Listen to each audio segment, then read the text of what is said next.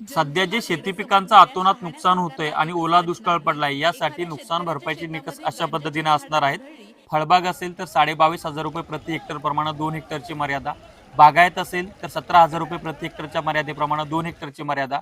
आणि जिरायत अर्थात कोरडवाहू असेल तर 8,500 म्हणजे 8,500 रुपये प्रति हेक्टर प्रमाणे 2 हेक्टरची मर्यादा अशा पद्धतीने असणार आहे.